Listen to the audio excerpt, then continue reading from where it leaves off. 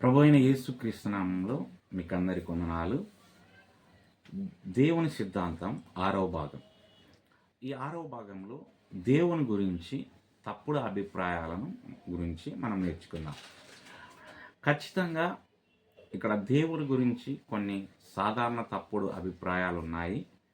ప్రతి ఒక్కటి క్లుప్త వివరణతో కూడి ఉంటుంది. ప్రతి దాంట్లో 2 విషయాలను మనము గమనించవచ్చు. మొదటగా దేవతత్వం, వీక్షణ.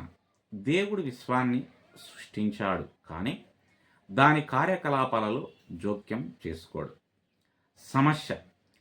ఈ విషయం ప్రపంచంలో దేవుని చురుకైన ప్రమేయాన్ని మరియు మానవత్వంతో వ్యక్తిగత సంబంధాన్ని నిరాకరిస్తుంది. బైబిల్ దేవుని అతితీంద్రియ మరియు అంతర్లీనంగా చిత్రీకరించడాన్ని వ్యతిరేకిస్తుంది. రెండవది ప్యాంథిజం, వీక్షణ. దేవుడు విశ్వం లేదా ప్రకృతితో సమానంగా ఉంటాడు, అంతా దైవమే. సమస్య.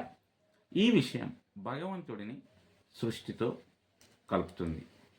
ప్రపంచం నుండి దేవుని ప్రత్యేకతను మరియు అతని వ్యక్తిగత సంబంధమైన అంశాలను నిరాకరిస్తుంది. మూడవదిగా బహుదేవతత్వం, వీక్షణ. అనేక దేవుళ్ళు ఉన్నారు, ఒక్కొక్కరికి ఒక్కో అధికారాలు మరియు బాధ్యతలు ఉన్నాయి. సమస్య. ఈ విషయం క్రైస్తవం, జుడాయిజం మరియు ఇస్లాం వంటి ప్రధాన ఒకే దేవుడు మతాలకు కేంద్రంగా ఉన్న ఒకే దేవునికి, అదే రీతికి సర్వశక్తిమంతుడైన అన్ని తెలిసిన దేవునిపై విశ్వాసానికి విరుద్ధంగా ఉంది. నాలుగవది పానెంథిజం, వీక్షణ.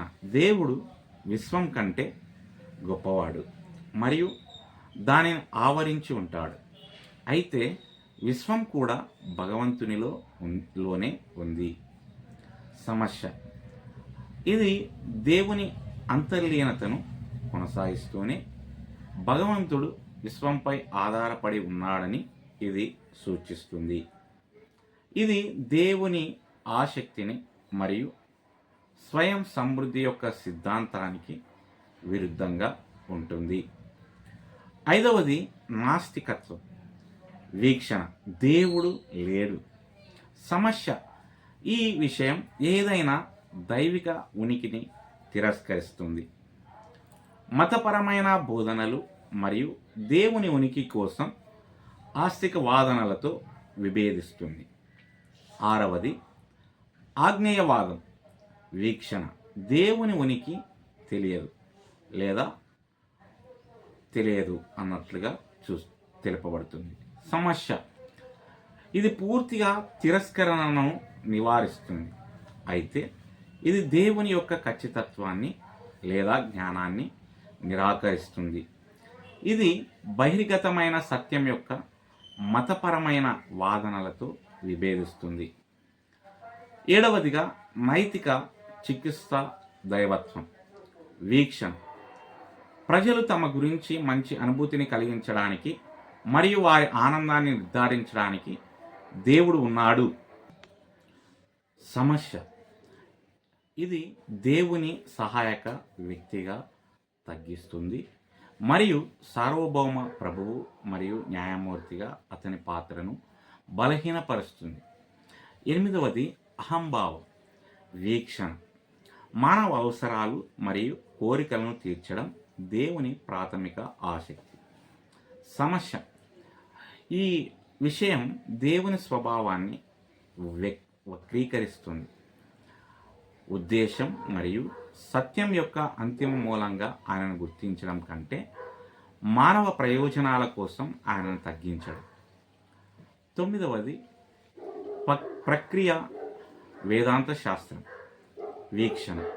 దేవుడు విశ్వంతో పాటు పరిణామం చెందుతూ మరియు మారుతున్నాడు. సమస్య. ఇది దేవుని మార్పులేని మరియు శాశ్వతమైన స్వభావానికి సంబంధించిన బైబిల్ బోధనకు విరుద్ధంగా ఉంది. ఈ తప్పుడు అభిప్రాయాలను వేదాంతపరమైన ప్రతిబింబం ద్వారా పరిష్కరించవచ్చు మరియు దేవుని యొక్క మరింత ఖచ్చితమైన సిద్ధాంతాన్ని అర్థం చేసుకోవడానికి మరియు ఉచ్చరించడానికి లేఖనాల బోధనలతో నిక్షేపం చేయవచ్చు. దేవుడు ఈ మాటలను దీవించునుగాక. ఆమేన్.